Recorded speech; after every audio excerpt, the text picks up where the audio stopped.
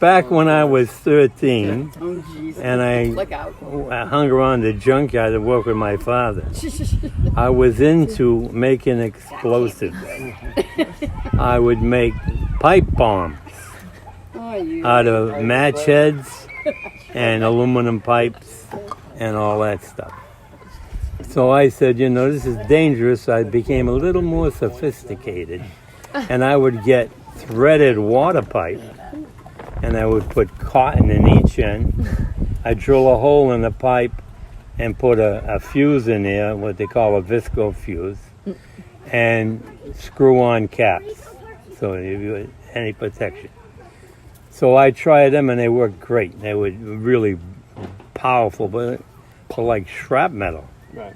So I'll be quite a ways away. So one day, I'm going through the junk cars, and I find a small fire extinguisher casing.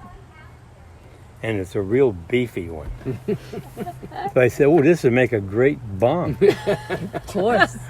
Right? So I take it, and I drill a hole through it, and I fill it full of match heads. Yeah.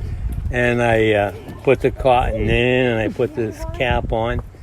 And I said, I got to wait until my father goes for coffee, because he likes to go for coffee about 10:30 in the morning at the little store up the street.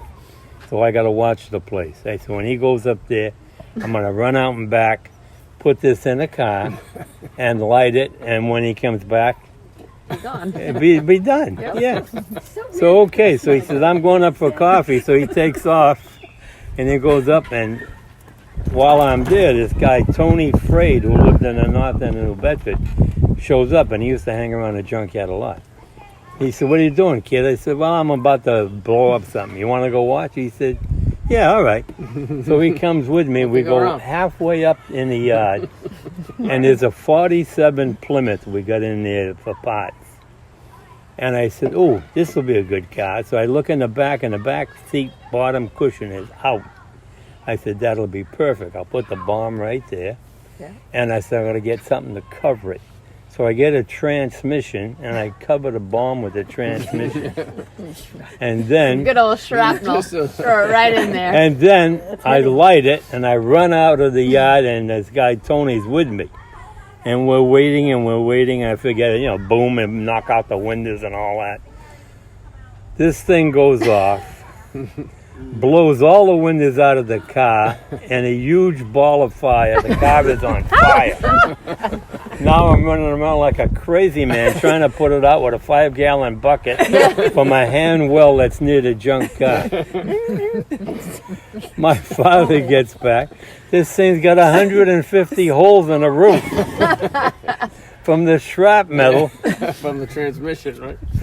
Yeah. So he said, what happened? I said, I don't know, the car caught on fire.